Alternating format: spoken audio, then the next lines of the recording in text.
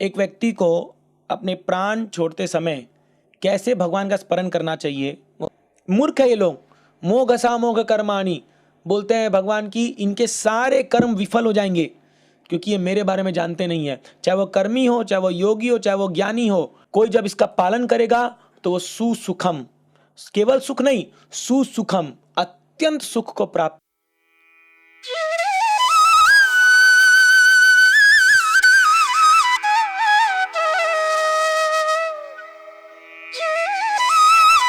आप सबका स्वागत है हमारे गीता के दूसरे श्रृंखला में तीसरे दिवस पर।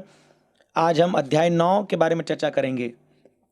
तो कल हमने देखा 8वें अध्याय में किस प्रकार भगवान प्रयाण काले एक व्यक्ति को अपने प्राण छोड़ते समय कैसे भगवान का स्मरण करना चाहिए वो भगवान बताते हैं। अंतकाले च मामेव स्मरण मुक्त्वा कलेवरम यह प्रयाति समद्भावम याति नात्यस्त्र संशया। अंतकाल में जब व्यक्ति भगवान का स्मरण करके शरीर छोड़ता है तो वो भगवत प्राप्ति करता है, भगवान को प्राप्त करता है। यदि वो किसी और चीज़ का स्मरण करेगा तो वो वही चीज़ प्राप्त करेगा। यम यम वापि स्मरण भावम तजते अंते कलेवरम। तो हमने श्रीमद् भागवत से 5वें स्कंद से भरत महाराज का उदाहरण देखा, किस प्रकार वो एक हिरण को स्मरण करते हुए शरीर छोड़े तो उनको एक हिरण का शरीर धारण करना पड़ा।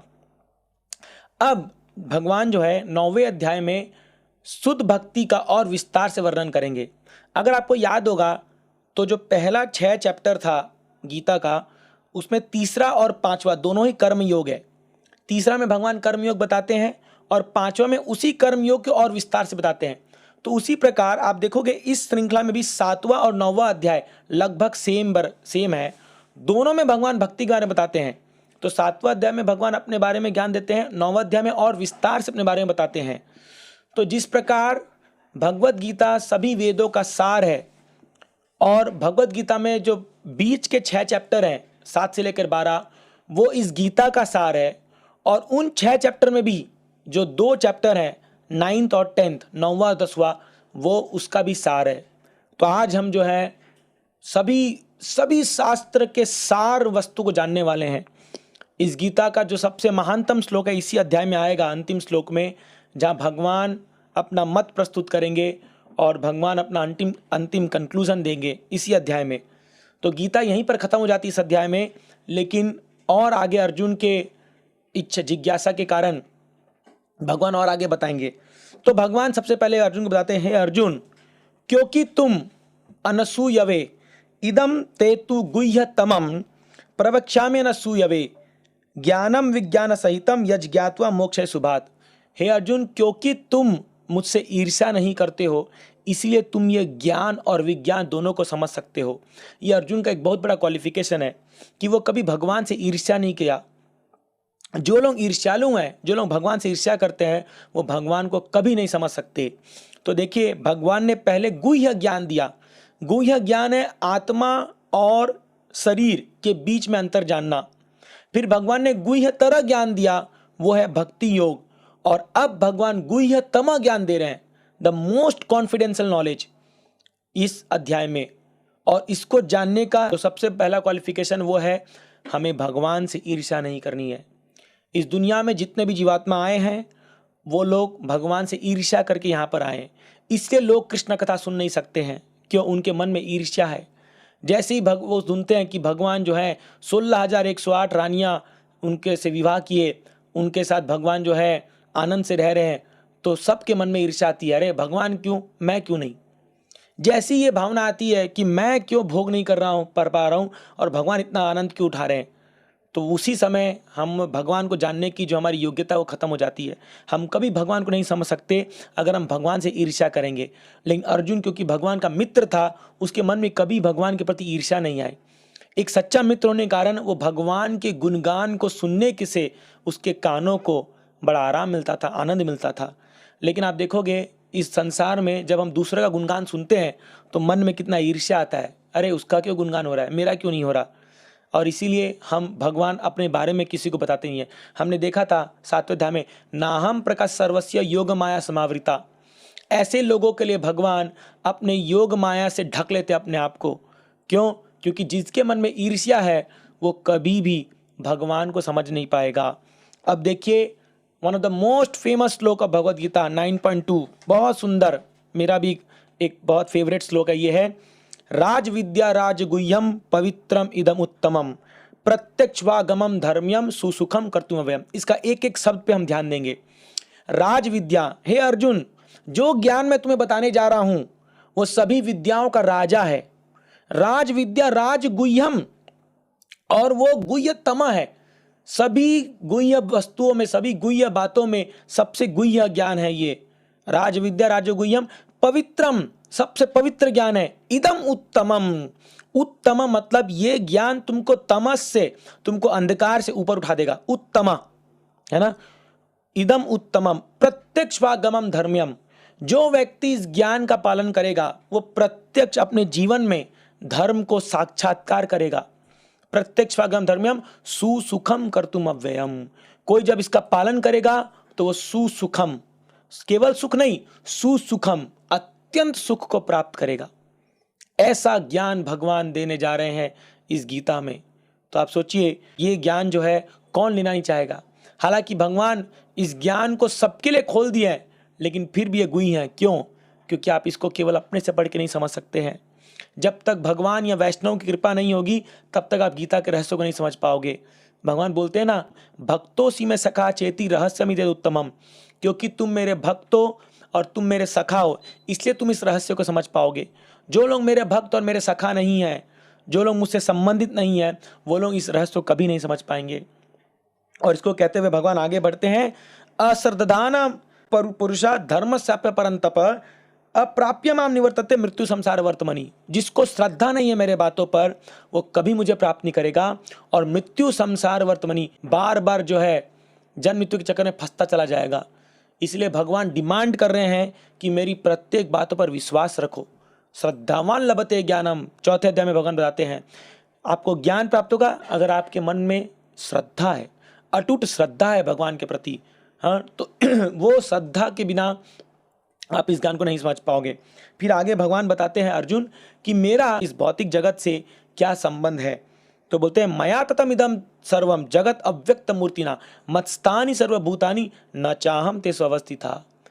पूरा जगत मया ततम इदम सर्वम, मुझसे ही पूरा जगत जो है वो पालन हो रहा है। उसका सृष्टि संहार और पालन मैं खुद करता हूँ, और पूरा जगत जो है वो मैं पूरे जगत में समाया हुआ हूँ, लेकिन फिर भी पूरा जगत मुझ में नहीं है। भगवान यहाँ पर कॉन्ट्राडिक्टरी बात बोलेंगे। अभी भगवान बोल रहे हैं कि पूरे जगत में मैं समाया हुआ हूँ, अगले श्लोक में भगवान क्या बोलते हैं कि मैं जगत में नहीं हूँ। आप 5वां श्लोक देखिए, चौथे में बोल रहे हैं कि मैं पूरे जगत में फैला हुआ हूँ, और 5वें बोल रहे हैं लेकिन मैं फिर भी उससे अलग हूँ। क्यों? समझिए इस बात को, क्योंकि इस जगत में भगवान की शक्तियाँ काम कर रही है। भगवान को कुछ लेना देना नहीं है जगत से। भगवान तो गोलोक वृंदावन में आराम से अपने ग्वाल बाल सखा, अपने माता पिता, अपने सखियों के साथ जो है आनंद से लीला कर रहे हैं। लेकिन इस संसार में जो है भगवान अपनी शक्तियों द्वारा काम करते हैं। तो असुरों को मारने के लिए भगवान को कोई आने की दरकार नहीं है, उनको कोई दरकार नहीं है। भगवान केवल एक पलक झपका दें तो ये असुर ऐसे कैसे मर जाएंगे। लेकिन फिर भी भगवान क्यों आते हैं? अपनी लीला करने के लिए। चौथा अध्याय को याद कीजिए, भगवान बोलते हैं जन्म कर्म च मे दिव्यम एवं योविधि तत्त्वतः त्यक्त्वा देहम पुनर्जन्म नयति मामेति अर्जुना। मेरे जन्म कर्म को जो समझ जाता है वो दोबारा संसार में कभी जन्म नहीं लेगा। तो भगवान अपने भक्तों का उद्धार करने के लिए संसार में आते हैं, नहीं तो उनको असुर मारने के लिए आने की कोई दरकार नहीं है। उनकी शक्तियाँ, विभिन्न शक्तियाँ काम कर रही है। आप इसको कैसे समझ सकते हैं? जैसे एक प्राइम मिनिस्टर है वो आपके शहर में भले ही ना आए, लेकिन फिर भी उसकी शक्तियाँ काम कर रही है। आपके शहर में पुलिस फोर्स काम कर रही है, आपके शहर में जो है सारे नियमों का पालन किया जा रहा है, ट्रैफिक लाइट को फॉलो किया जा रहा है। ये किसकी शक्ति है? ये प्रधानमंत्री की शक्ति है जो काम कर रही है। तो प्रधानमंत्री वहाँ बैठे बैठे, कैपिटल में बैठे बैठे जो है हमको संचालन कर सकते हैं अपनी शक्तियों द्वारा। उसी प्रकार भगवान अपने धाम में बैठे बैठे जो है अपनी शक्तियों द्वारा पूरे सृष्टि को संचालन कर रहे हैं, है ना। तो उनको पर्सनली इसमें घुसने की कोई दरकार नहीं है। फिर भगवान आगे बढ़ते हैं कि अर्जुन, उसका एक उदाहरण देते हैं। जिस प्रकार हवा जो है वो चारों दिशा में बहती है, पूरे विश्व में व्याप्त रहती है, लेकिन फिर भी स्काई, आकाश उसकी सीमा है। आकाश को लांघ करके कभी जा नहीं सकती है, और आकाश तक ही वो पहुंच सकती है हवा। उसके नीचे ही रहती है। उसी प्रकार हम कितना ही भ्रमण कर ले, कहीं भी जा ले, कुछ भी कर ले, लेकिन हम कृष्ण के शक्तियों के अंडर ही हैं। आप भगवान की शक्ति से परे नहीं जा सकते, ये संभव नहीं है ना। अब चाहे वो भगवान की माया शक्ति हो, चाहे वो भगवान की अंतरंगा शक्ति हो, या हमारा चॉइस है। मैं कल बता रहा था क्लास में परसों कि हम तटस्थ शक्ति है भगवान की, तो हमारी इच्छा है कि या तो माया शक्ति में जाए कि या हम अंतरंगा शक्ति में जाए, ये अपना खुद का चॉइस है। लेकिन हमको कृष्ण की शक्ति के अंडर ही रहना पड़ेगा, ये हमारा चॉइस है। अब भगवान बताते हैं किस प्रकार वो इस संसार का सृष्टि सृजन पालन करते हैं, लेकिन फिर भी इस भौतिक कार्य में कभी उनको बद्धता नहीं आती है। कोई भी कार्य भगवान को बांध नहीं सकता, क्योंकि भगवान दिव्य हैं। ये जान के रखिए, यदि भगवान रात के 12 बजे भी गोपियों के साथ रात को नृत्य कर रहे हैं तो वो कोई पाप कर नहीं कर रहे हैं। यदि भगवान जरासंध को छल से मरवा रहे हैं भी वो पाप नहीं कर रहे हैं। यदि भगवान कर्ण को युद्ध में मरवा रहे हैं, उनको कोई पाप नहीं चढ़ता। यह है भगवान का अस्तित्व, यह है भगवान की सत्ता। उनको कोई पाप नहीं चढ़ सकता, क्योंकि वो सभी कार्यों से निर्लिप्त हैं। भगवान कोई कार्य में बंधते नहीं हैं, तभी तो वो त्रिगुणात्मक है, वो तीनों गुणों से परे हैं, और तभी जो है वो दिव्य हैं। उनको कोई भी भौतिक कर्म उनको कभी छू नहीं सकता। ये भगवान अपने बारे में कह रहे हैं। और फिर भगवान कहते हैं, मया दक्षेना प्रकृति सूयते सचराचरम हेतु नाने न कौनते जगत विपरिवर्तते। हे अर्जुन, मया अध्यक्षेना प्रकृति, प्रकृति मेरी अध्यक्षता में काम करती है। प्रकृति जो है मेरी अध्यक्षता, मतलब प्रेसिडेंटशिप। कोई भी चीज, जब हम बोलते हैं ना, इस दुनिया का एक पत्ता भी भगवान के विरुद्ध नहीं हिल सकता या गिर नहीं सकता, ये सच है। क्योंकि पूरी प्रकृति भगवान के निर्देशानुसार काम करती है। सूयते सचराचरम, चर अचर दोनों चीज भगवान के हिसाब से काम करती है ना। तो इसीलिए आप याद कीजिए वो लीला, जब भगवान अर्जुन को बचाने के लिए, जयद्रथ को अर्जुन ने मारने का जब व्रत लिया था, जो प्रतिज्ञा ली थी, तो भगवान ने सूर्य अस्त होने के बाद भी सूर्य को बाहर निकाल दिया था। क्योंकि जब प्रकृति उनके अंडर है तो भगवान को कोई क्या कर सकता है। कई लोग मूर्ख व्यक्ति हैं जो इस दुनिया में सोचते हैं कि भगवान एक पुरुष के रूप में आए और वो मर के चले गए, लेकिन उनको पता नहीं है कि भगवान की दिव्य शक्ति क्या है।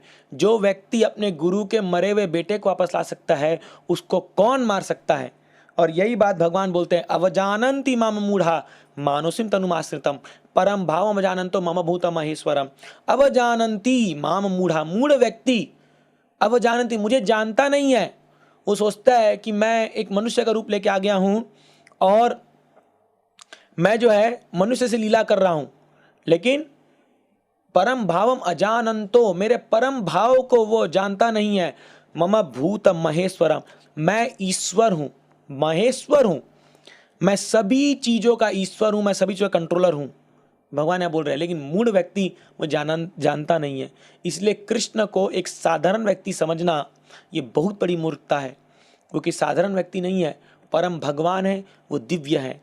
तो ये बात कहते हुए भगवान आगे बोलते हैं, ऐसे लोग जो मुझे एक साधारण व्यक्ति मानते हैं, तो आप देखोगे आजकल की दुनिया में जो है कई लोग ऐसे कह रहे हैं, अरे कृष्ण तो कोई एक बड़े ही पुण्यवान एक व्यक्ति थे, वो हिस्ट्री के एक व्यक्ति थे, वो आए अपना लीला करके चले गए। मूर्ख है ये लोग। मोघ सा मोघ कर्माणी बोलते हैं भगवान की, इनके सारे कर्म विफल हो जाएंगे, क्योंकि ये मेरे बारे में जानते नहीं है। चाहे वो कर्मी हो, चाहे वो योगी हो, चाहे वो ज्ञानी हो, इनके सारे कर्म बिविल्डर हो जाएंगे, क्योंकि वो मेरे बारे में जानते नहीं है। इसीलिए देखिए भक्तों का कितना बड़ा स्थान है। एक भक्त जो भले कोई महान कार्य नहीं कर रहा होगा, लेकिन केवल ये जानता है कि कृष्ण परम भगवान है और अपने हृदय में भगवान को पूजता है, उनके दिव्य रूप को स्मरण करके वो कई बड़े बड़े ज्ञानी योगियों से महान है, कई बड़े बड़े योगियों से वो महान है, उसकी ज़्यादा वैल्यू है। ये बात भगवान अगले श्लोक में कहते हैं, महात्मानस्तु माम पार्थ दैवीं प्रकृतिमाश्रित भजन्ते अनन्य मनसो ज्ञात्वा भूतादिम अव्ययम। वो व्यक्ति महात्मा है जो दैवी प्रकृति के अंदर है। तो इसलिए याद रखिए, महात्मा लोग जो होते हैं, जो भगवान के शुद्ध भक्त होते हैं, वो कभी भी माया प्रकृति के अंदर नहीं होते, वो दैवी प्रकृति भगवान की अंतरंगा शक्ति के अंदर होते हैं। एक प्रकार से वो श्रीमती राधा रानी के अंदर होते हैं। तो इसलिए जब कोई शुद्ध भक्त कोई कार्य करता है तो वो राधा रानी की शक्ति डायरेक्ट उनके अंडर वो काम कर रहा है, अंतरंग शक्ति के अंदर काम कर रहा है, इसलिए उनके कार्य जो है, इसलिए शास्त्र कहता है शुद्ध भक्त के कार्य और जो कलाप है विज्ञे न बुझाए, वैष्णवेरा क्रिया मुद्रा विज्ञे न बुझाए। बड़े बड़े बुद्धिमान लोग जो हैं वो एक वैष्णव के क्रिया और मुद्रा को बुझा नहीं सकते, वो समझ नहीं सकते, वो समझ नहीं सकते वो कैसा कार्य कर रहा है और वो क्यों कर रहा है, क्योंकि वो डायरेक्टली राधा रानी के शक्ति के अंदर कार्य कर रहा है और जो है वो अंतरंगा शक्ति के अंदर काम कर रहा है। इसीलिए कभी भी एक वैष्णव को जज नहीं करना चाहिए। डोंट ट्राई टू जज अ डिवोटी। अगर आप एक भक्त को अगर आप एक जजमेंटल विषय देखोगे बहुत बड़ा अपराध हो जाएगा। इसलिए कभी भी उनको जज नहीं करना चाहिए। वो जो कर रहे हैं वो भगवान की प्रेरणा से कर रहे हैं और भगवान उनको निर्देश कर रहे हैं और वो उसके लिए भगवान की प्लेजर के लिए, भगवान की आनंद के लिए कर रहे हैं। इसलिए जब हम कहते हैं गोपियों ने कैसे भगवान के एक कॉल पर जो है अपने घर बार को छोड़ दिया, अपने पतियों को छोड़ के भाग गए, अपने दूध पीते हुए बच्चों को छोड़ के भाग गए, तो कोई कहेगा कैसे ये लोग बेशरम लोग हैं जो अपने घर बार को छोड़ के भगवान के लिए भाग गए। लेकिन यही शरणागति है, यही है एक्सट्रीम सरेंडर। तो भले ही पूरी दुनिया उनको लेना देगी और वो बोलती भी है जाकर के कि जब कृष्ण बोलते हैं गोपियाँ क्यों आई हो मेरे पास, जाओ वापस अपने घर जाओ, तो बोलती है अब कौन स्वीकारेगा हमको, हमने सबको त्याग दिया। तो भगवान को मानना पड़ता है कि गोपियाँ तुमसे सर्वश्रेष्ठ कोई और भक्त मेरा हो नहीं सकता। और भगवान बोलते हैं ना पा रहे हम, मैं इस सरेंडर के बदले तुम्हें कुछ दे नहीं सकता, मेरे पास कोई वस्तु नहीं है जो मैं इसके बदले में तुम्हें दे पाऊँ, भगवान ये कहते हैं। तो इसलिए वो इतने महानतम वैष्णव उनके क्रिया मुद्रा को हम कैसे समझेंगे। हम जो हम बद्ध जीवात्मा है जिसकी बुद्धि सदा संसार में भरी पड़ी है, वो कैसे इन वैष्णव की क्रिया को समझ पाएंगे, कभी नहीं समझ सकते हम लोग। इसलिए भगवान बोलते हैं कि ऐसे वैष्णव के लक्षण क्या है, सततम कीर्तयन्तो माम यतन्तश्च दृढ़व्रता। ऐसे वैष्णव का क्या है, सततम कीर्तयन्तो माम, सदैव मेरा कीर्तन करते हैं, यतन्तश्च दृढ़व्रता, दृढ़ व्रत लेकर रखे हैं। कृष्ण भक्ति मतलब भक्ति, उनको और कुछ नहीं सूझता, चाहे उनको मारो पीटो। जब हरिदास ठाकुर को वो मुसलमान खानदान में जन्म लिए थे तो उनको जो मुसलमान का जो राजा था उनके सामने पेश किया गया और उसको कहा गया हरिदास तुम तो कोई संत फकीर लगते हो, तुम अपना धर्म को अपना लो और ये हरिनाम छोड़ दो, केवल हरिनाम छोड़ दो, तुम्हारा सारा पनिशमेंट माफ हो जाएगा। तो वो बोलता है हरिदास खंड खंड यदि हो जाए मोरा शरीर, मेरे शरीर के खंड खंड कर दो, टुकड़े टुकड़े कर दो, एक एक रोम रोम से हरे कृष्ण महामंत्र निकलेगा। तो उन्होंने कहा ये ऐसे नहीं मानेगा, इसको 22 बाजार में पीट के मारो। और उसको 22 बाजार में पीटते हैं। आप देखिए सततम, बोले कुछ भी करो, मेरे प्लान ले लो, मेरे से कीर्तन नहीं छूटेगा। दृढ़ व्रत, चाहे कोई कठिनाई आ जाए जीवन में, उनकी भक्ति नहीं छूट सकती है, उनकी सेवा नहीं छूट सकती है। फिर बोलते हैं नमस्यन्तश्च माम नित्य युक्त उपासते, सदैव मुझे नमस्कार करते हैं और नित्य मेरी उपासना करते हैं, ऐसे हैं मेरे महान भक्त, ये लोग हैं महात्मा। तो प्रभुपाद जी बताते हैं तात्पर्य में कि महात्मा कोई पॉलिटिशियन या कोई ऐसी व्यक्ति को हम टाइटल नहीं दे देते। महात्मा वो है जिसके ये गुण है, जो सदैव भगवान के कीर्तन कथा में लगे रहता है, वो महात्मा है। बाकी लोग को हम महात्मा नहीं बोल सकते। आजकल फैशन हो गया किसी को भी महात्मा बना के बैठा देते हैं। नहीं, महात्मा का अर्थ क्या है वो भगवत गीता में बताती है। और आगे फिर भगवान बताते हैं कि कैसे जो है भगवान हर जगह व्याप्त हैं। तो यहाँ एक एक आप श्लोक देखोगे 17 से 19 में लेकर के भगवान बोलते हैं पिताहम अस्य जगतो, मैं पूरे जगत का पिता हूँ, माता धाता पितामहा, मैं उनका माँ भी हूँ, मैं उनकी माँ हूँ, मैं उनका बाप हूँ और मैं उनके पितामह, उनका नाना दादा सब कुछ मैं हूँ।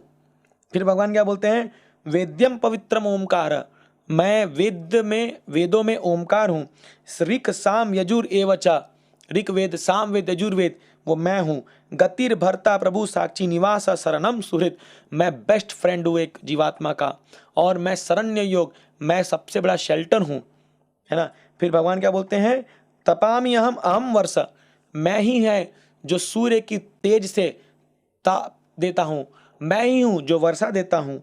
निग्रामी उत्सजामी च, और मैं ही हूँ जो बारिश नहीं होती उसको कंट्रोल करता हूँ। फिर बोलते हैं अमृतम चैव मृत्युश्च सदसश्चाहम अर्जुना, मैं ही मृत्यु हूँ और मैं ही अमृत हूँ। इस प्रकार हमारे जीवन में प्रत्येक चीज जो भी घट रही है वो भगवान है।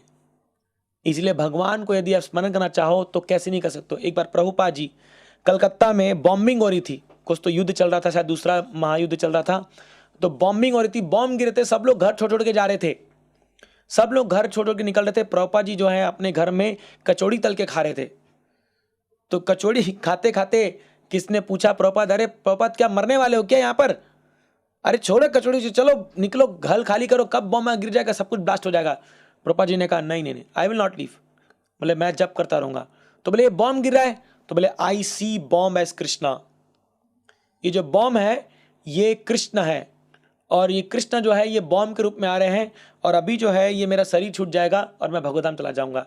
सोचिए इतना निर्भय कोई हो सकता है क्या? कैसे हो इतना निर्भय? क्योंकि वो 24 आवर जो है वो फुल्ली कृष्णा कॉन्शियस है, क्योंकि वो सदैव उनका मन जो है कृष्ण चेतना में लगा हुआ है। इसलिए जब कोई मृत्यु भी सामने आती है तो मृत्यु को भी भगवान के रूप में देखते हैं, है ना। एक आम आदमी के जब जीवन में मृत्यु आती है तो वो डर के रोने लगता है, कांपने लगता है, और जो है वो क्या क्या नहीं करता, मुझे बचा लो। लेकिन जब एक भक्त के जीवन में मृत्यु आती है उसका आलिंगन करता है, क्योंकि याद रखिए भक्त के लिए जो है मृत्यु को कैसा बताया गया है, एक लाइटनिंग, एक फ्लैश होता है। तो जैसे उसका यहाँ से प्राण निकला और भगवद्धाम में एंट्री हो गया, तो उसको पता है कि मैं यहाँ लीला समापन कर रहा हूँ और जो है भगवद्धाम में अपनी लीला को जा करके मैं प्रारंभ कर रहा हूँ। तो एक भक्त के लिए इतना सिंपल है, बोलना सिंपल है लेकिन आसान नहीं है इसको झेलना, है ना। तो ये सोच के भी बड़ा अजीब लगता है, लेकिन ये आएगा प्रैक्टिस से। अगर हमारी प्रैक्टिस अच्छी रहेगी तो ही हम मृत्यु के समय इस अवस्था को प्राप्त कर पाएंगे। आगे भगवान अगेन फिर से एक बार जो देवी देवताओं की उपासना करते हैं उनकी भर्त्सना करते हुए कहते हैं कि ये लोग, जो लोग पुण्य कर्म के द्वारा देवता लोक में जाते हैं, जिन्हें पुण्य मर्त्य लोकम विसंति, जैसे ही पुण्य खत्म होगा ये वापस से संसार में आके गिर जाएंगे। तो आप ये मत सोचिए देवता लोग इंटरनल है, नहीं, वो अमृत पी ले इसका मतलब ये नहीं कि वो पूरा अमृत इंटरनल हो गए, वो कभी मरेंगे नहीं। देवता लोग तब तक ही देवता के स्थान पर रहेंगे जब तक उनका पुण्य कर्म उनके साथ रहेगा। जैसे ही उनका पुण्य खत्म हो जाएगा तो वो धर से नीचे गिर जाएंगे, वापस से इस धरती पर आएंगे वो लोग।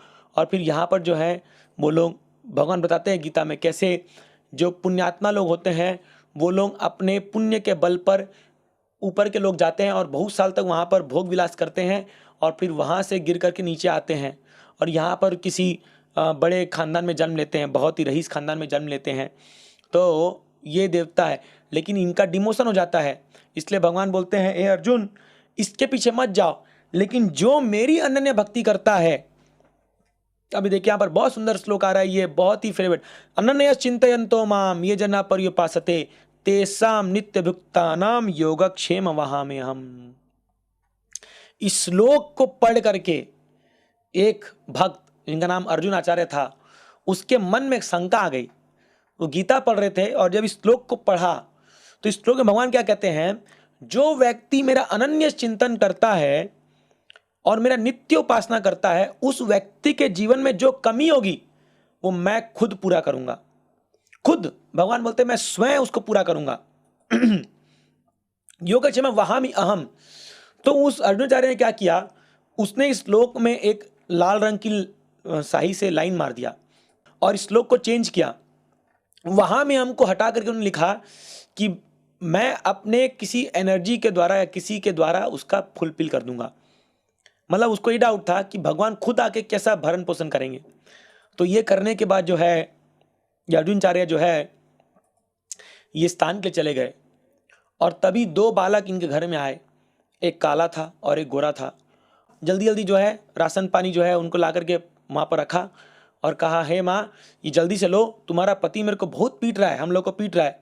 तो बोला अरे इतने सुंदर बालक, तुमको कैसे कोई पीट सकता है, इतना मनमोहक तुम्हारा रूप है। तो बोले अभी मैं पूछती हूँ, उनको आन दो, मैं खबर लेती हूँ उनकी। नहीं जल्दी बस तुम रखो और चले, हम जा रहे हैं। तो वहाँ सामान सब कुछ रख कर चले गए, उनका पूरा राशन दाल पानी सब कुछ रख के चले गए।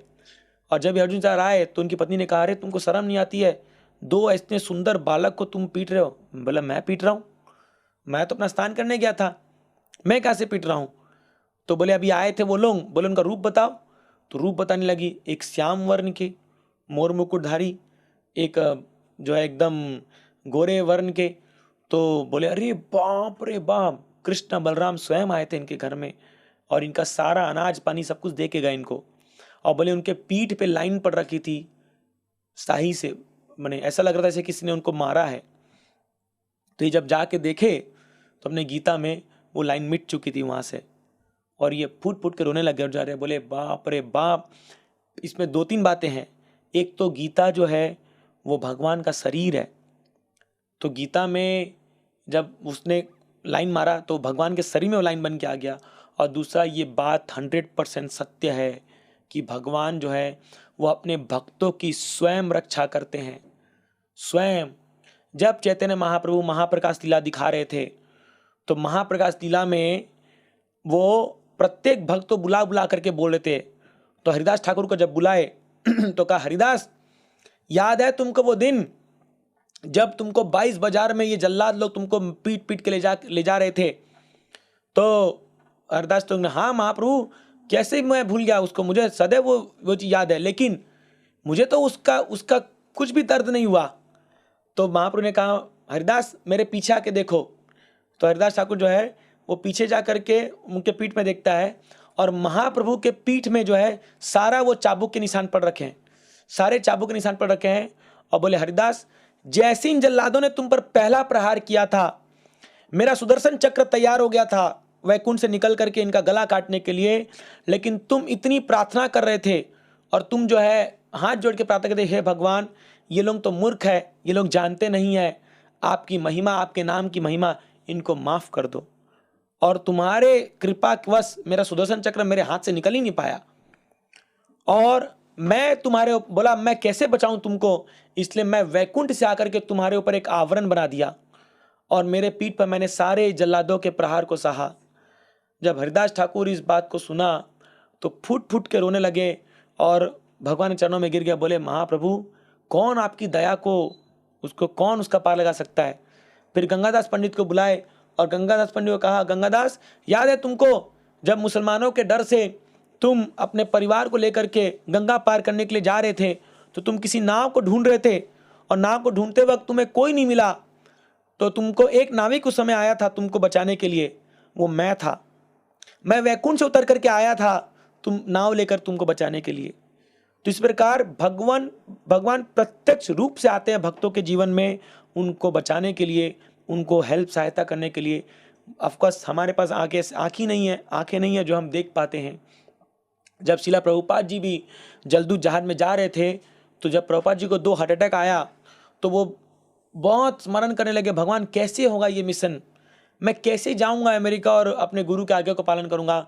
तब प्रभुपाद जी को सारे अवतारों का दर्शन हुआ था। भगवान कृष्ण अपने समस्त अवतारों के साथ प्रकट हुए थे उस जहाज पर और कहा था, चिंता मत करो, तुम अवश्य सफल होगे अपने मिशन में, चिंता मत करो, ये बोट जो है ये मैं चला रहा हूँ। क्योंकि उस समय ऐसा तूफान आ गया था कि ये बोट जो है रेड सी में इतना भयंकर भूचाल आ रखा था कि कभी भी गिर सकता था। और लेकिन जैसे ही प्रभुपाद जी ने प्रार्थना किया तो उस समय से एकदम स्मूथली चलने लग गया ये। तो कैप्टन खुद बोलते हैं कि आज तक मेरे इतिहास में मैंने इतना स्मूथली इस जहाज को नहीं चला पाया हूँ। उस दिन कुछ स्पेशल था क्योंकि स्वामी जहाँ विराजमान थे, एक्चुअली उस जहाज को स्वयं भगवान चला रहे थे, है ना। तो इसीलिए ये बात तो विश्वास होना चाहिए कि अगर हम भगवान की भक्ति कर रहे हैं, श्रद्धा शब्द विश्वास कोले सुदृढ़ निश्चय, कृष्ण भक्ति कले सर्व कर्म कृत होय। कृष्ण भक्ति करोगे सारे कर्म कृत होगा, 100% होगा, ये पूर्ण विश्वास होना चाहिए। और भगवान बोलते हैं कि जो लोग देवता की उपासना करेंगे वो लोग देवता के पास जाएंगे, जो लोग पितरों की उपासना करेंगे वो लोग पितरों के पास जाएंगे, जो लोग भूत पिशाच की उपासना करेंगे वो भूत पिशाच के पास जाएंगे, लेकिन जो लोग मेरी उपासना करेंगे वो मेरे पास आएंगे। इसलिए ऐसा नहीं है कि all path lead to same goal. ये कुछ मूर्ख लोग की फिलॉसफी है कि कुछ भी करो तुमको डेस्टिनेशन एक ही मिलेगा। नहीं, जैसा तुम करोगे वैसा ही तुमको रिजल्ट मिलेगा। इसमें ये बात यहाँ पर भगवान बता रहे हैं। और फिर भगवान बताते हैं कि मुझको प्राप्त करना कितना सरल है, इतना सरल चीज है कि मुझको तुम ऑफरिंग में केवल पत्रम पुष्पम फलम तोयम यो में भक्त्या प्रचति तदहम भक्ति उपरितम अस्तामि प्रयतात्मना। कोई अगर मुझे भक्ति से कोई पत्ता, सोचो भगवान ऐसी चीज डिमांड कर रहे हैं जो किसी के पास भी अवेलेबल हो सकती है, पत्रम पुष्प फलम तोयम, इसमें क्या बड़ा चला जाएगा आपको बताइए। कुछ पत्ते, कुछ पुष्प, कुछ फल तोयम या कुछ जल, कुछ नहीं हो कि जल दे दो, भगवान को जल चढ़ा दो, भगवान उससे भी खुश हो जाएंगे।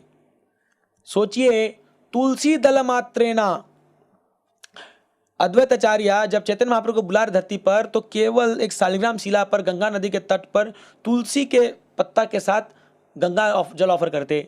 विक्रीडिता इदम, भगवान बोलते हैं मैं केवल तुलसी पत्ता और जल से बिक जाता हूं अपने भक्तों के हाथ। सोचिए, केवल अगर आप शालिग्राम पे तुलसी पत्ता चढ़ा करके जल चढ़ा दोगे, भगवान बिक जाएंगे आपके हाथ। कोई होगा इतना कम मोल में कोई बिक जाएगा, लेकिन कृष्ण बिक जाते हैं। इसमें कंडीशन एक है, भक्त्या, भक्ति से जो ऑफर किया जाएगा वो भगवान अवश्य स्वीकार करेंगे, अवश्य स्वीकार करेंगे, क्योंकि भगवान भक्ति के भूखे हैं, भगवान अपने भक्तों के प्रेम के भूखे हैं। याद कीजिए विदुरानी को जब भगवान पहुँचे उसके घर में, तो कच्चा केला लेकर के बैठी थी। अब कच्चा या पका जो भी था, लेकिन केला को जब छिल रही है तो केला का जो पल्प है उसको तो फेंक दे रही है, और छिलका जो है उसको खिला रही है भगवान को, और भगवान एकदम उसको जो है स्वाद लेकर के खा रहे हैं। तो क्यों? क्योंकि उस केले के छिलके में विदुरानी ने भगवान को जो भक्ति था वो दे रही थी। वो चैतन्य महाप्रभु जब चांद का से मिलने गए, तो इसके श्रीधर कोलाबेचा के पास एक लोटा था, उसी लोटा से वो सारे कार्य करता था, उससे कुकिंग भी करना, उसी से शौच जाना, उसी से पानी, सब कुछ। और उस लोटे में थोड़ा जल था।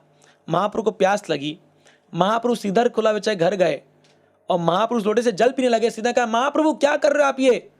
अरे मुझ पापी के इस लोटे जल पियोगे? नहीं, आपको पाप चढ़ जाएगा, ये बहुत दूषित है। महाप्रभु ने कहा, इस लोटे का जो जल है वो मुझे कई जन्मों के पाप से मुक्त कर देगा, ये गंगा से भी पवित्र है ये जल। क्यों? क्योंकि वो भक्तों का है। इतना प्रेम करते हैं भगवान अपने भक्तों से।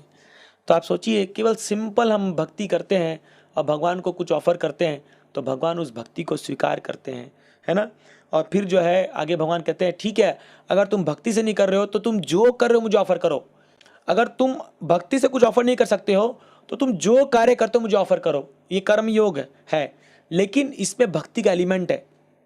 तो कर्म योग में व्यक्ति कर्म के फल को जो त्यागता है, लेकिन यहां पर भगवान बोल रहे हैं जो तुम कर्म कर रहे हो मेरे को ऑफरिंग समझ के करो। अभी इसमें डिफरेंस समझिए। भक्ति मतलब क्या है? भक्ति में भक्त वो करता है जो भगवान को पसंद है, लेकिन कर्मयोग क्या है? भक्त वो करता है जो उसको पसंद है और फिर ऑफर करता है। ये डिफरेंस समझिए। आप कार्य अपने मन से कर रहे हो और लेकिन फिर ऑफर कर रहे हो भगवान को। लेकिन शुद्ध भक्त क्या होता है? जो केवला भक्त होता है वो वही कार्य करेगा जो भगवान को पसंद है। इसमें डिफरेंस है। तो गुरु की आज्ञा जब होती है, तो यदि आप शुद्ध भक्ति को आगे बढ़ रहे हैं ना, तो आप अपना इंडिपेंडेंस छोड़ देते हो। फिर यही लक्षण है कि हम शुद्ध भक्ति को आगे बढ़ रहे कि नहीं बढ़ रहे। अगर आप शुद्ध भक्ति को आगे बढ़ रहे हो तो आप अपना इंडिपेंडेंट माइंड नहीं रखोगे कि जो मेरे मन में आएगा वो मैं करूंगा। इसलिए कई बार लोग क्या है, वो अपना मन बना लेते हैं कि मुझे ये करना है, और फिर गुरु के पास जाते हैं, गुरु जी महाराज हम ये सोच रहे हैं करने का। तब गुरु महाराज क्या बोलेंगे? आप तुमने सोच लिया तो कर ही लो, है ना। लेकिन जो लोग शुद्ध भक्ति की ओर आगे बढ़ते हैं वो ये नहीं पूछते, वो पूछते महाराज आपको क्या पसंद है, मैं आपकी सेवा के लिए क्या करूं बताइए, जो आप कहेंगे वो मैं करूंगा। ये शुद्ध भक्ति है। इसलिए हमें धीरे धीरे प्रयास करना है कि जो हमारे गुरुजन चाहते हैं, जो भगवान चाहते हैं वो हम करें, तो हम शुद्ध भक्ति और आगे बढ़ेंगे। देखिए, भगवान से हम कुछ छुपा नहीं सकते, भगवान परमात्मा के रूप में हमारे हृदय में बैठे हुए हैं। अभी हम शुद्ध भक्त तो नहीं हैं, हम सब जानते हैं, लेकिन एटलीस्ट एस्पायर कीजिए। वो दिन को प्राप्त करने के लिए वो लालसा मन में लाइए। एटलीस्ट उसको ये जन्म चला जाएगा, ऐसी करोड़ जन्म हम जन्म मृत्यु ले चुके हैं, इसको बर्बाद मत जान दीजिए। एटलीस्ट मन में वो इच्छा लाइए कि भगवान एक दिन मुझे शुद्ध भक्ति का वो मेरे हृदय में वो भावना आ जाए और मैं आपकी प्रसन्नता के लिए मैं कुछ करूं।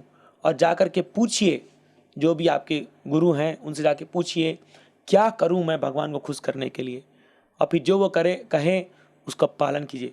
विश्वास मानिए, गुरु की आज्ञा पाकर के जो लोग सेवा करते हैं वो कभी विफल नहीं जा सकती है। ये हमने अपने आंखों से देखा है कैसे जब गुरु कृपा होती है तो वो व्यक्ति कहाँ से कहाँ। प्रभुपाद जी का मैं उदाहरण देता हूँ आपको। श्रीला प्रभुपाद जी 1922 में जब एक गृहस्थ थे तब उनके गुरु ने उनको आदेश दिया था कि जा करके इस चैतन्य महाप्रभु के आदेश को प्रचार करो। प्रभुपाद जी बोले मैं कैसे कर सकता हूँ, मैं तो एक गृहस्थ हूँ, मेरा काम धंधा है, मेरे पत्नी बच्चे सब कुछ है। तो भक्ति सिद्धांत ठाकुर उनके गुरु महाराज ने अपने कुछ शिष्यों को भेजा था लंदन प्रचार करने के लिए, कुछ सन्यासी शिष्यों को भेजा था। वो लोग जा करके वहाँ सफलता प्राप्त करके नहीं आ पाए। तो जब वो लोग आए वापस तो हालांकि उनका भव्य स्वागत सब कुछ हुआ, लेकिन भक्तिनाथ गुरु खुश नहीं थे उस दिन। वो बोले सफलता नहीं मिली प्रचार में वहाँ पर जा करके, वो कल गए कुछ थोड़ा प्रचार करके आ गए। तो उस दिन उन भक्तिनाथ जी लेक्चर दे रहे थे और लेक्चर देते देते उन्हें सडनली घोषणा किया, but I must tell you, मैं ये घोषणा करता हूँ एक दिन आएगा कि मेरा कोई शिष्य 7 समुंदर पार करके जाएगा और चैतन्य महाप्रभु की भविष्यवाणी को पूरा करेगा। और भक्ति ठाकुर जी ने अपने सिर को घुमाया और अपने लेफ्ट साइड में देखा तो जो शिला प्रभुपाद जी वहाँ बैठे हुए थे और प्रभुपाद जी के बगल में उनके गुरु भाई बैठे थे। तो वो गुरु भाई बता रहे थे कि मैं क्लियरली ये देख पाया कि गुरु महाराज ने अभय चरण दे को देखा था उस समय और ये घोषणा की थी कि एक दिन आएगा कि मेरा शिष्य जो है ये कार्य करके दिखाएगा। किसको पता था कि प्रभुपाद जी को? तो सब लोग ने सोच लिया था, क्योंकि चैतन्य महाप्रभु ने घोषणा की थी, पृथ्वी ते आचेत नगर आदि ग्राम सर्वत्र प्रचार हुए मेरा नाम। मेरा नाम पृथ्वी के हर गांव में हर शहर में मेरा नाम लिया जाएगा, एक दिन आएगा। तो ये बात को लोग भूल गए थे, सब सोचने लगे ये संभव नहीं है। लेकिन श्रीला प्रभुपाद एक ऐसे व्यक्ति थे जिनको पूर्ण विश्वास था कि यदि मेरे गुरु ने कहा है तो ये होगा, ये होगा। सोचिए क्या विश्वास होगा उनका। और इस विश्वास के साथ वो गए अमेरिका और देखिए क्या सक्सेस आया उनको, कितना सक्सेस आया। सोचिए 40 साल लग गए लेकिन सक्सेस आया। समय का वो मत सोचिए कब रिजल्ट आएगा, वो हमारे हाथ में नहीं है, लेकिन हम प्रयास कर रहे हैं गुरु की आज्ञा को मान करके, रिजल्ट 100% आएगा।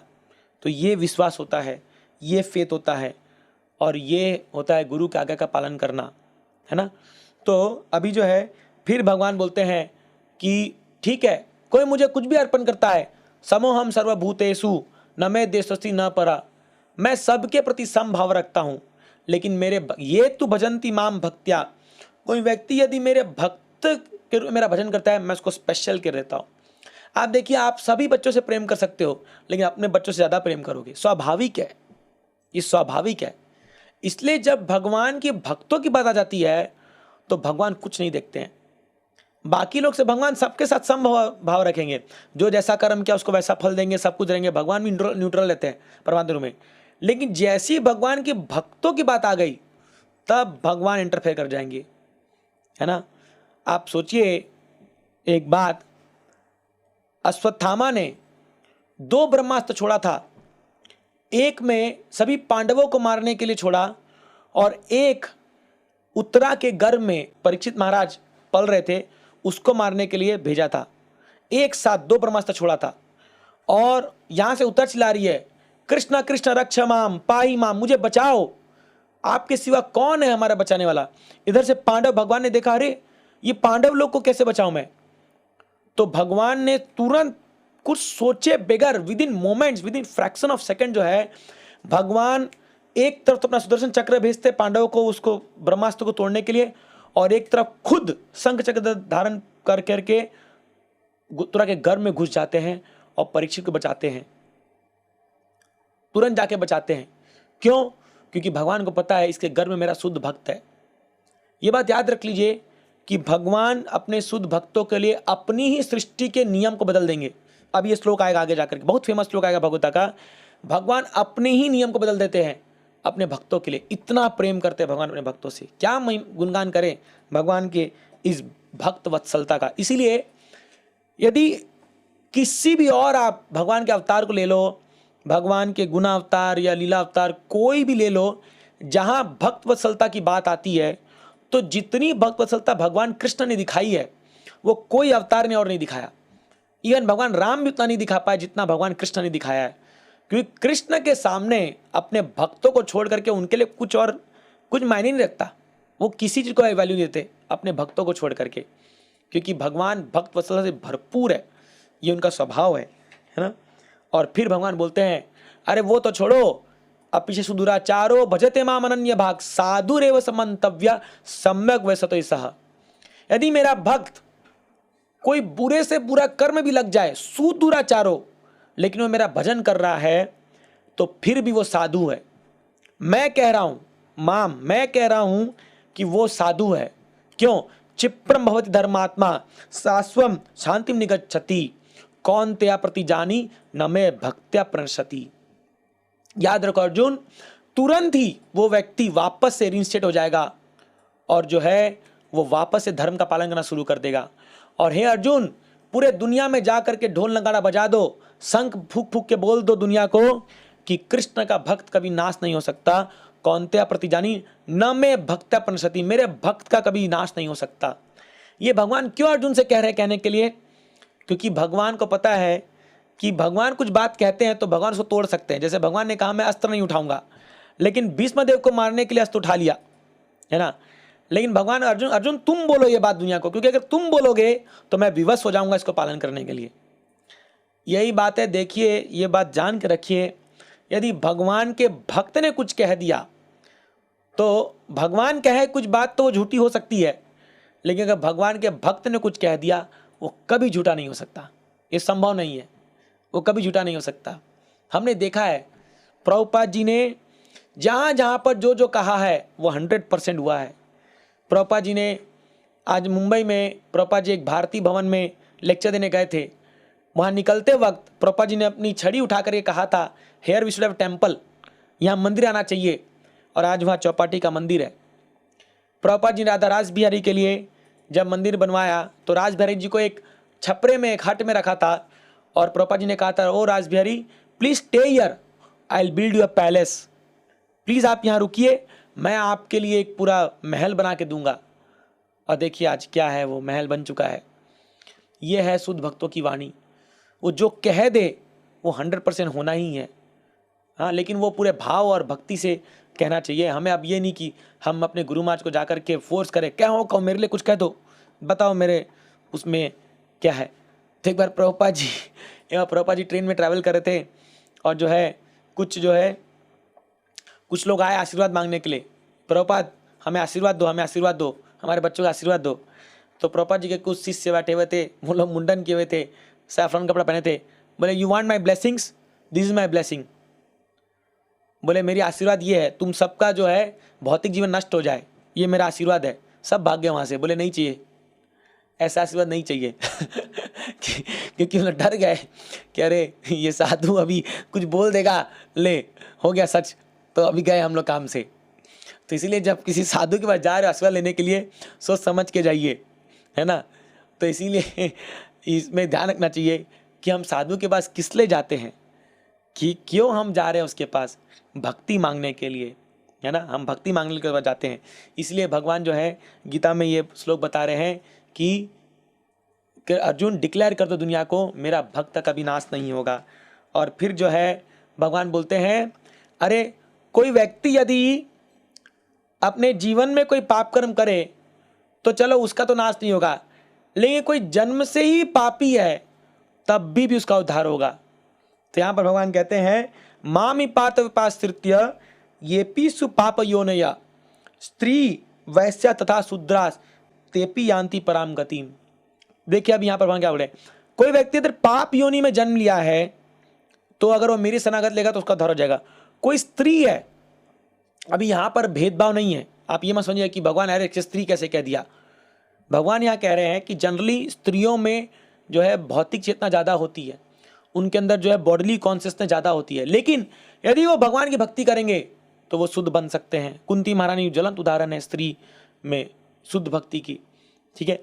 फिर कोई वैश्या जिसको केवल धन से मतलब है, केवल धन कमाने के लिए जो है मर्चेंट, वो मेरा भक्ति करेगा, वो शुद्ध भक्त बन सकता है। उसके बाद शूद्रा जिसको बुद्धि नहीं है लेकिन वो भी मेरा भक्त बन सकता है। इसलिए भगवान की भक्ति कोई लिमिट नहीं है उसकी, है ना। इसलिए जब बोलते हैं जटायु ने कौन सा बड़ा महान काम किया था कि भगवान राम ने आकर के उसका अंतिम संस्कार किया। गजेंद्र कौन सा बड़ा महान ज्ञानी पंडित था जब भगवान आके उद्धार कर दिए। अरे जब पशुओं का भगवान उद्धार कर रहे हैं तो हमारे जन्म की तो बात ही क्या है। इसलिए भक्ति में कोई क्राइटेरिया ये नहीं होती, क्योंकि कोई लोग कहते हैं ना केवल ब्राह्मण लोग को ही भक्ति करने का अधिकार है, केवल ब्राह्मण लोग ही भगवान की उपासना कर सकते हैं। ये गलत है, ये सही नहीं है। भगवान ये कह रहे हैं कोई भी मेरी भक्ति करेगा उसका उद्धार हो सकता है, क्योंकि भगवान की भक्ति सर्वोपरि है, उसमें कोई कंडीशन लागू नहीं होती है। और फिर भगवान बोलते हैं किम पुनर्ब्राह्मण पुण्या भक्त राजर्षय तथा। और फिर उन लोगों की तो बात ही क्या है अर्जुन, तुम तो राज ऋषि हो तो तुम्हारी तो बात ही क्या है। अनित्यम असुखम लोकम इमं प्राप्य भजस्व माम। हे अर्जुन, तुम्हें ये अनित्य और असुखम लोक प्राप्त हुआ है, इसलिए मेरा भजन करो। एक ही बात भगवान बार बार रिपीट कर रहे हैं, मेरा भजन करो, मुझे स्मरण करो। इमं प्राप्य भजस्व। अब हम कैसे तो आके फंस गए इस संसार में जो अनित्य है, असुखम है, तो इसलिए मेरा भजन करो। और अब आ गया श्लोक जो गीता का पूरा सार श्लोक है, और भगवान इस श्लोक को 2 बार कहेंगे गीता में, अभी 9वें अध्याय में और 18वें अध्याय में। और ये श्लोक भगवान पूरा डिक्लेयर कर रहे बोल्डली, मन मना भव मद भक्तो मद याजी माम नमस्कुरु माम एवसी युक्त वैवम आत्मानम मत परायणा। 4 चीज, सेम चीज, 4 चीज भगवान 18वें अध्याय में बोलेंगे, सेम यहाँ पर बोले। मन मना, अपने मन को मुझ में लगाओ। मद भक्तो, मेरी भक्ति करो। मन मना भव मद भक्तो मद याजी, मेरी उपासना करो। माम नमस्कुरु, मुझे नमस्कार करो। ये 4 चीज करोगे मत परायणा, मुझे प्राप्त करोगे अंत में। और जो है मेरा ही शरण लो। तो यहाँ पर गीता खत्म हो जाती है एक तरह से। 9 चैप्टर भगवान अंत कर देते हैं, लेकिन भक्तों का जो स्वभाव है वो सुनते हुए थकते नहीं है ना। तो उनको और सुनने की इच्छा होती है, तो इसीलिए अभी शायद कुछ लोग थक गए हैं तो हम थक रहे क्योंकि हमारी बद अवस्था है, क्योंकि अभी क्या है हमारे कानों में इतना भौतिक चीज़ जा चुका है कि हम लोग को रुचि नहीं आ रही है। कृष्ण कथा सुनने में रुचि नहीं आने का कारण है क्योंकि हम लोग जो है अभी उतना शुद्धिकरण नहीं हुआ है हमारा हृदय से, है ना। तो अर्जुन थका नहीं है, लेकिन सोचिए अभी अर्जुन ने सारा सारांश सुन लिया है सब कुछ, लेकिन फिर भी वो भगवान से रिक्वेस्ट करता है, भगवान मेरे कर्ण अभी थके नहीं, और सुनाओ अपने बारे में। जिस प्रकार परीक्षित महाराज, अगर परीक्षित महाराज नहीं होते ना तो हमको ये भागवतम के सुंदर ये पूरा ग्रंथ नहीं मिलता। भगवान की लीला तो 9वें स्कंद में ही कृष्ण के बारे में 2 अध्याय नहीं कुछ श्लोक में बोले खत्म कर दिए थे भगवान सुखदेव गोस्वामी कहते हैं हाँ तो कृष्ण का जन्म हुआ मथुरा में, फिर उनको वसुदेव जो है लेकर के गए गोकुल में पले बड़े, वहाँ पर फिर वो आए मथुरा में कंस को मारे, वहाँ से द्वारका गए और लीला समापन करके भगवधाम चले, अपने धाम चले गए, खत्म ले कृष्ण लीला। लेकिन परीक्षित महाराज बोले इतना शॉर्ट में खत्म कर दिया। अब पूछ रहे हैं कैसे जन्म हुआ, क्यों वसुदेव लेके गए उनको वहाँ पर, हाँ रोहिणी वहाँ क्यों थी। ऐसे 5-6 प्रश्न पूछते हैं, उस 5-6 प्रश्न के उत्तर में 90 चैप्टर आ जाता है पूरा सुखदेव गोस्वामी का। पूरा कृष्णा बुक जो हम लोग पढ़ते हैं वो परीक्षित महाराज। इसीलिए खाली वक्ता का गुणगान नहीं है, श्रोता का भी गुणगान होना चाहिए, क्योंकि जब श्रोता वक्ता को उत्साह दिखाते हैं और जब श्रोता वक्ता को उकसाते हैं और बोलने के लिए, तो वो उनके अंदर से और निकलवाते हैं भगवान की भक्ति, भगवान की लीला। तो प्रश्न भी ऐसे पूछने चाहिए कि और कृष्ण कथा करने का मन करे, है ना। तो इसी को करते हुए अगले अध्याय में फिर से विभूति योग के बारे में पूछेंगे अर्जुन बोलेंगे भगवान मैं कैसे आपको जानूं, और विस्तार से बताओ अपनी विभूति योग, मैं कैसे आपका स्मरण करूं। और भगवान पूरे फुल फॉर्म में आ जाते हैं, बोलते हैं वाह अभी अर्जुन को सुनने का मन हुआ है, और वह चल बताता हूं। और भगवान दिल खोल के बताते, क्योंकि अनसूया है ना, क्योंकि उसके हृदय में कोई ईर्ष्या नहीं है। देखिए जिसके हृदय में ईर्ष्या नहीं है, आप खुद टेस्ट कर सकते हो कि हमारे हृदय में कितने ईर्ष्या है, हम खुद टेस्ट कर सकते हैं। किसी दूसरे का भरपूर गुणगान सुनिए, अगर आपके हृदय में कुछ जलन भावना नहीं आ रही है, कुछ नहीं आ रही है, समझिए आपका ईर्ष्या रही तो। लेकिन जैसे आपके हृदय में आई अरे कुछ ज़्यादा बोल रहे हैं, बहुत ज़्यादा हो रहा है, समझिए ईर्ष्या भी भरी पड़ी है ना। तो ये ईर्ष्या कारण हम दूसरा गुणगान नहीं सुन सकते। लेकिन अर्जुन जो है पूर्णतया ईर्ष्या रहित है, इसलिए भगवान दिल खोल के अपने बारे में बता रहे हैं। और धन्यवाद है अर्जुन का, क्योंकि उनके कृपा से आज हम भी भगवान के बारे में जान पा रहे हैं। तो इसलिए शुद्ध भक्त जो है भगवान के बारे में और जानने का प्रयास करते हैं। सोचिए सुखदेव गोस्वामी परीक्षित महाराज को 7 दिन 7 रात सुना रहे हैं और 12 पूछ रहे हैं तुम थक गए, कुछ पानी वानी पीना है कुछ ये। तो परीक्षित बोलते हैं अरे सुखदेव गोस्वामी आपके मुख से जो अमृत निकल रहा है वो ऐसा नेक्टर मेरे को दे रहा है, शरीर में दे रहा है कि भूख प्यास की तो मैं भूल ही चुका हूँ उसको, मुझे तो उसका स्मरण भी नहीं है। ये है कृष्ण कथा। लेकिन अफसोस दुर्दैव मिद्रसम यहाँ नानुराग, चैतन्य महाप्रभु कहते हैं दुर्भाग्य हमारा, हमको इसमें अनुराग नहीं है, सुनने में अनुराग नहीं है। तो खैर टाइम लगेगा, धीरे धीरे जब भक्ति करेंगे, धीरे धीरे प्रयास करेंगे और भक्तों की कृपा होगी, भगवान की कृपा होगी, तभी जाकर के जो है ये सुनने का हमारे अंदर कुछ उत्कंठा होगी, कुछ उत्सुकता होगी और इसी से हमारा शुद्धिकरण होगा। तो अगले चैप्टर में कल 10वें अध्याय में विभूति योग है। भगवान बहुत सुंदर बताएंगे कैसे तुम मुझे स्मरण कर सकते हो। और चतुश्लोकी भगवत गीता, 4 श्लोक में भगवान पूरे गीता का सारांश बताएंगे। बहुत सुंदर श्लोक है, वहाँ पर भी शुद्ध भक्ति का वर्णन आएगा।